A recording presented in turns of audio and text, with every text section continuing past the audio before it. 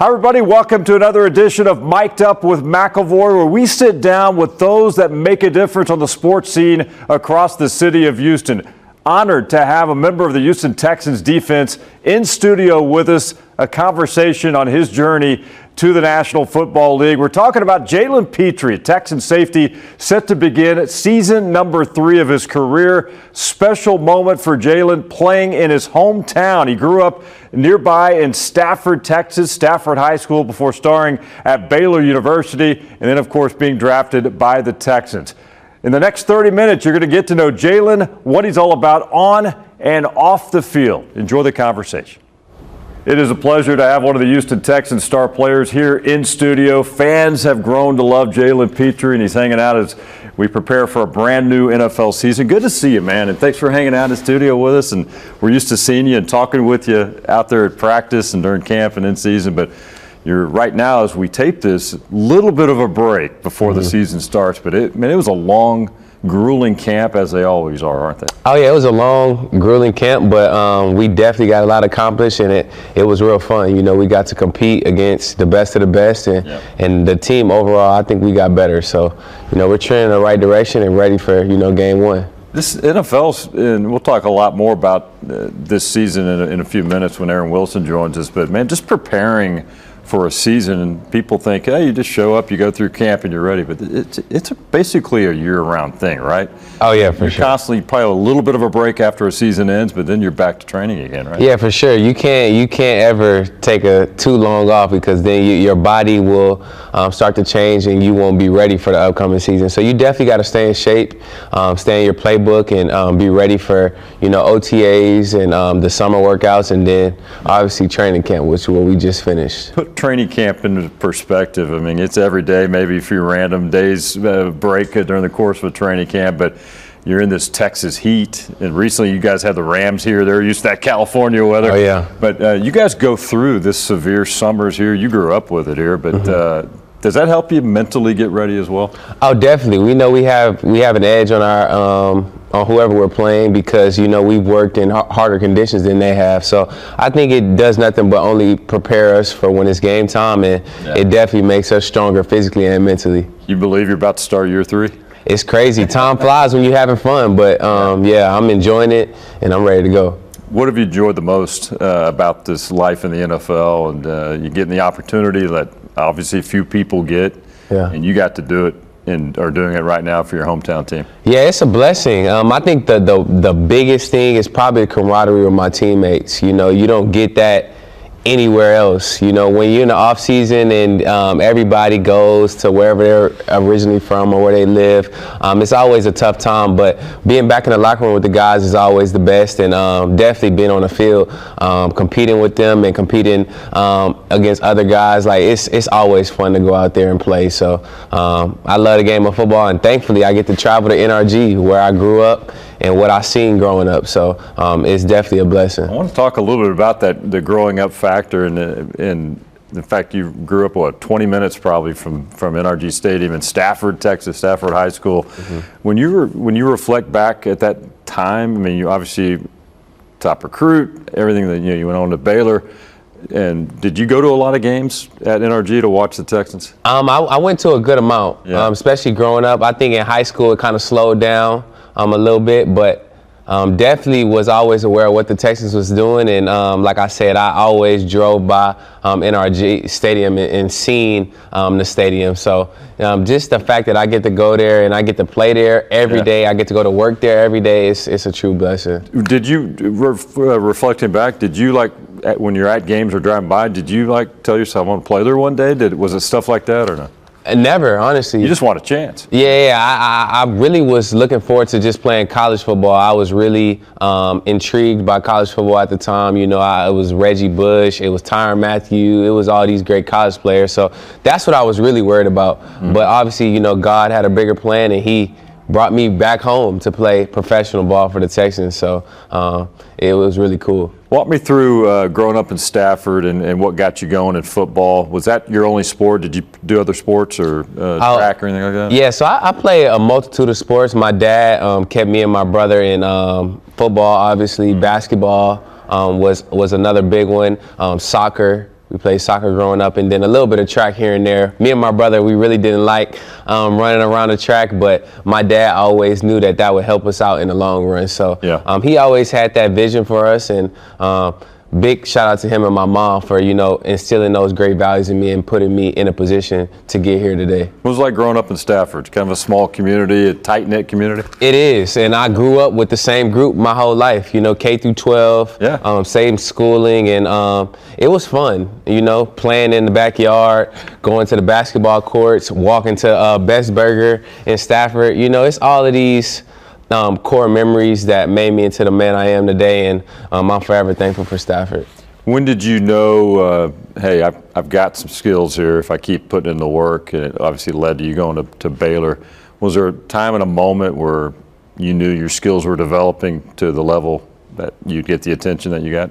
Yeah, I think it was probably my third year in college where I noticed I could play in the league, but when I was in middle school, I always had a great mind for the game. I always felt like I understood the game at a great level, and I was always intrigued by the different things that how the game was evolving into, like the different formations these offenses was running, the different ways that defensive players were making plays. Like, I was always intrigued by the game of football, but I think physically I started to mature probably my third year in college, and then I seen it all start to come together. Yeah. And although I'm not a finished product now, but I'm still learning and still getting a little stronger and faster. So I'm continuing to grow, and football is definitely a huge part of my life. What did you do outside of sports growing up?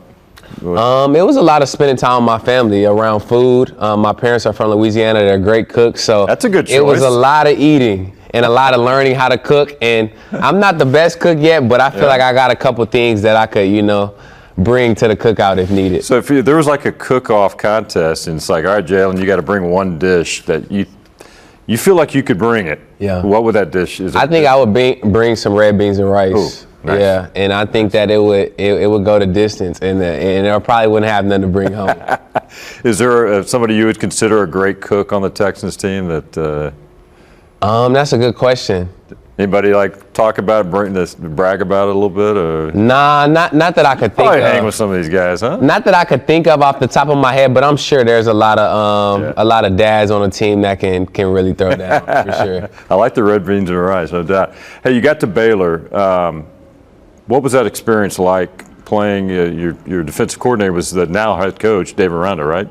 Yeah, so what was the coaching situation there when you were So my first 3 years when I came in, my head coach was Matt Rule, and then my last 2 years it was Dave Aranda. So it was a process there. I started off as a nickel / Sam linebacker, more in the linebacker role because of the defense that we ran. It was more of a 4-3 defense, and then when Coach Aranda came, it kind of went to a multiple defense where it was a true nickel and a true safety type of build at the nickel position. So that's when I seen my knowledge of the game and my body type start to really excel, and that's when I kind of took off and started to see the plays start to be made and those sort of things. So big shout out to both of those coaches. They helped me so much to get here, and they're a key reason why I am the man I am today, because that was a pivotal time in my life. Yeah, college football, college sports has changed since you got out, even in the last couple of years, right? Yes. NIL, everything's the transfer portal. From afar now you're in the NFL looking at what's happening in college sports. What do you think? You like what you're seeing? I think it's good that the kids are getting paid, but I also think it can get a little bit tricky because it starts to go to why are the kids playing now? Like, are they playing for the money, and are they paying for the Instagram likes, or are they playing for the love of the game like a lot of people before my time and kind of during my time did? So there's still a lot of great players out there, and I'm definitely still tuned in to college football for sure. One thing that on the college level too, you hear often, like the landscape has changed so much, let's say the last 2 years, where so much emphasis is put on the facilities. Are you catching up? Are you staying up with everybody on the recruiting front? Yeah. You want those good facilities.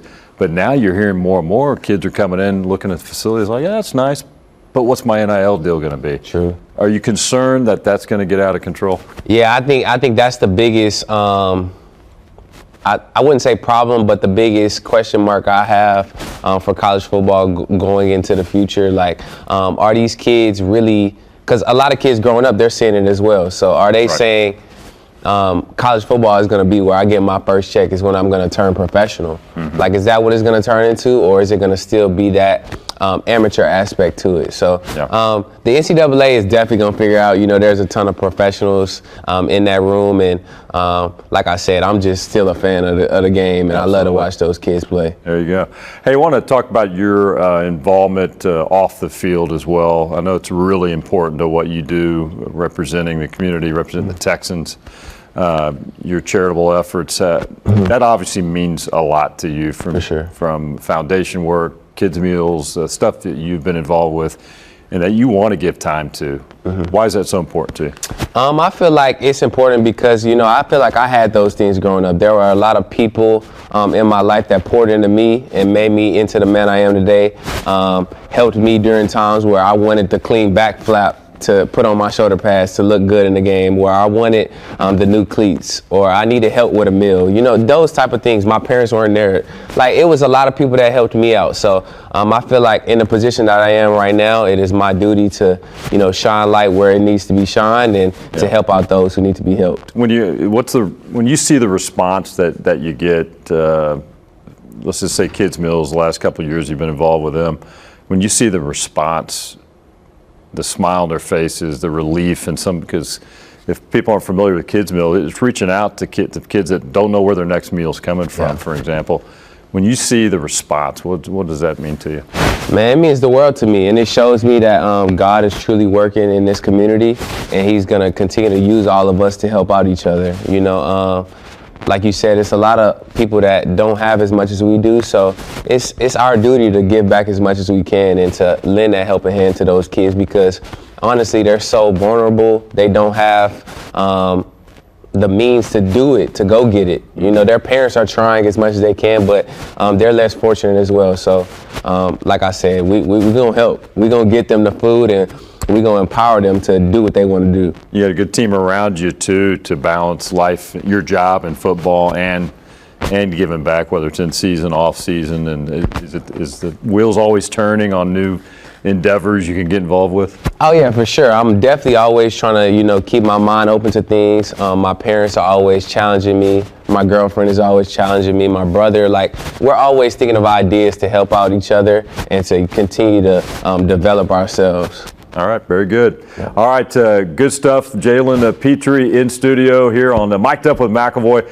We're going to take a quick break. When we come back, we're going to dive into the season ahead for the Houston Texans. High expectations. He's ready for a big third season as well for the Texans. We'll take a break, and our insider, Aaron Wilson, will join us as well when we come back. Stick around.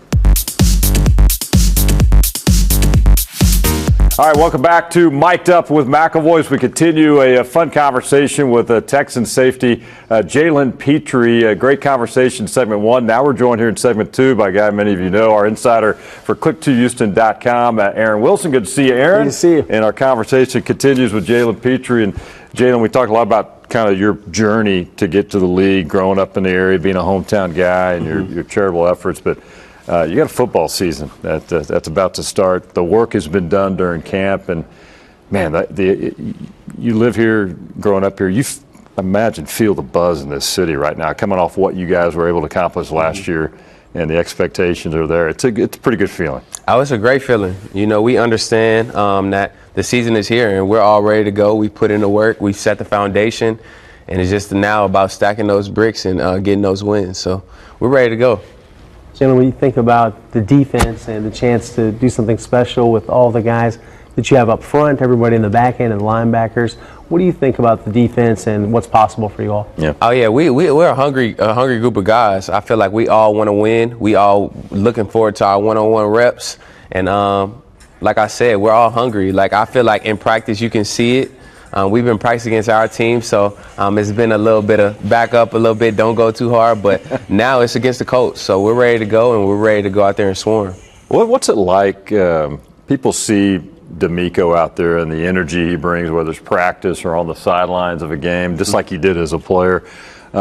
Describe what it's like to play for D'Amico Ryans and his staff, but D'Amico being the head coach? Yeah, I would say it's just contagious. You know, as y'all see, he's very fiery. He has that energy to him, and it does nothing but bleed into the coaching staff and bleeds into the players in our game style when we go out onto the field.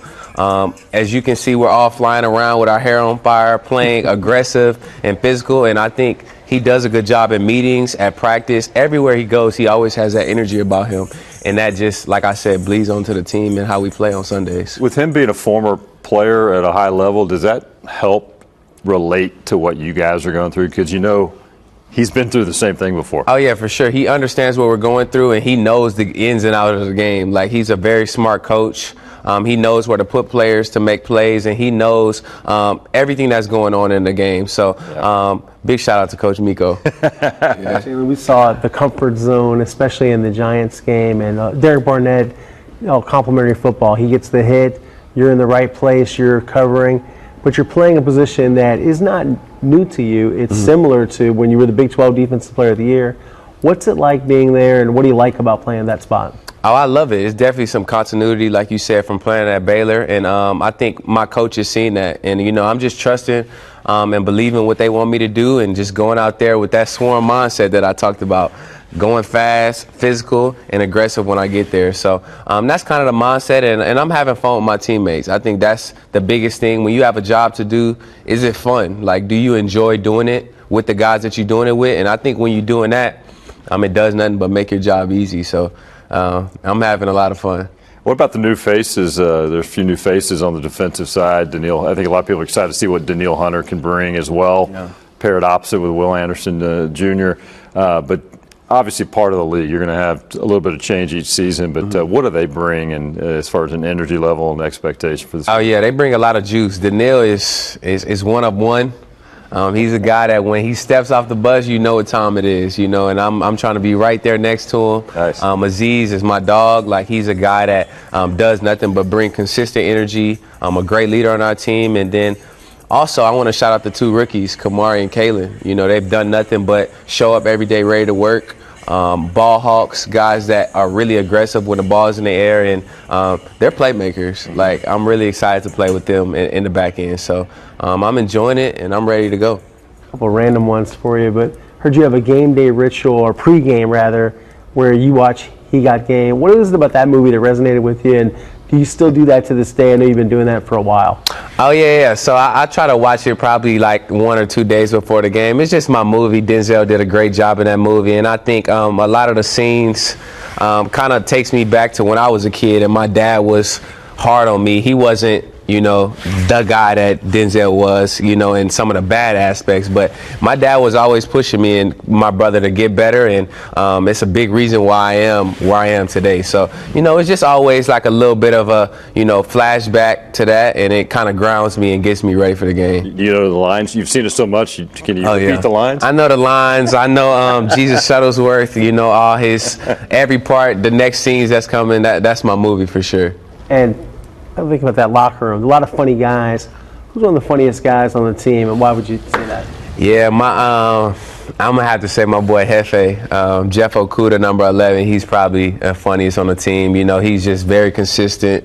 I sit by him in all the meetings, so kind of got to be a little bit safe with listening to some of the stuff that he just blurts out sometimes, because it's bound to make you laugh. And he's also my locker roommate as well. So that's my dog, and, you know, he's a good dude. It kind of following up what you just said, it's important that, you know, personalities in a locker room go a long way as well, not just what you do on the field. You guys have to get along and bond, and, you know, there's different backgrounds, different personalities, but that's the beauty of it, right? Where it all kind of comes together. Yeah, for sure. And I think it's a tight-knit group in the locker room right now. Big shout out to Nick for setting that up. But I feel like we're bonding well. We're getting to know each other on a tighter level. We're doing stuff outside the facility, and that's not going to do nothing but make us tighter when it's time for the hard times on Sundays, when you tired, it's the fourth quarter, you got to make a check, and you could just look at a guy and you kind of know because you put in that time with him. So, it's a tight-knit group right now in the Texans locker room. I like the music at practice, and sometimes I'll learn songs, or sometimes it's a song, oh, I know that one, I've listened to that a bunch of times. Yeah. Is there something in your playlist that you listen to, or are you not a big music guy before you play football? I'm a huge music guy. I like to keep it a little chill, though.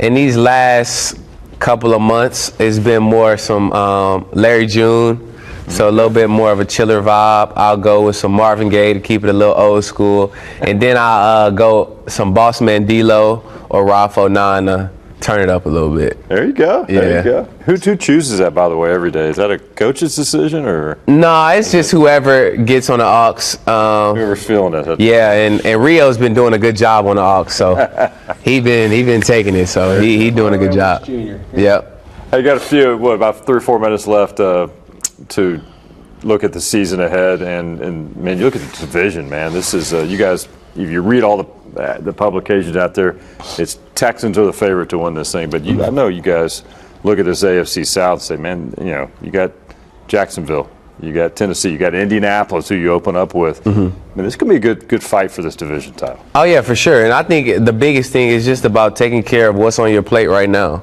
Not looking forward to week 2, week 3, the division, the playoffs, Super Bowl. It's about taking care of today. And I think Coach D'Amico is making that a huge thing that he wants to keep us reminded on. Like, he wants us to take care of right now. Not looking forward to all the other stuff, because we'll take care of that when we get there. But it's about week 1 versus the Colts, and we're here. So it's time to go execute. Who's the biggest rival? If you look at the division, people would argue different teams. Like inside, did y'all even look at that? That's a question mark for me. I don't really know about. They're all big. Yeah, to me they're all big. I couldn't tell you. There's probably some Houston fan out there that has that answer, but I really don't. They say the NFL is a have and have-nots, or an arms race at quarterback, and you guys have the quarterback, the QB1 guy, and C.J. Stroud. Does that make you all better? And I would imagine it does, because when you play in the games, not everyone's going to be like a C.J. Stroud level. Oh no, for sure. He's different. He's one of one as well. He's like Daniil, like I said. Like, he can put the ball wherever you want. He also has that scramble ability, but doesn't really have to use it, because he knows where he's going with the ball probably before the play's even called. Like, him and Slow is on the same page, and I think that does nothing but boosts the confidence to the offense and the overall team, because we know that when CJ goes out there with the offense, they're going to execute and they're going to put points on the board. What's going to be like getting in front of those home fans, a packed, preseason crowds are one thing, regular season crowds are another. What kind of impact does the crowd have on you guys when you play at NRG Stadium? Yeah, it has a huge impact. I think it goes back to last year in the playoff game versus the Browns. That was the loudest I've ever played a game in. Like, it was crazy in there.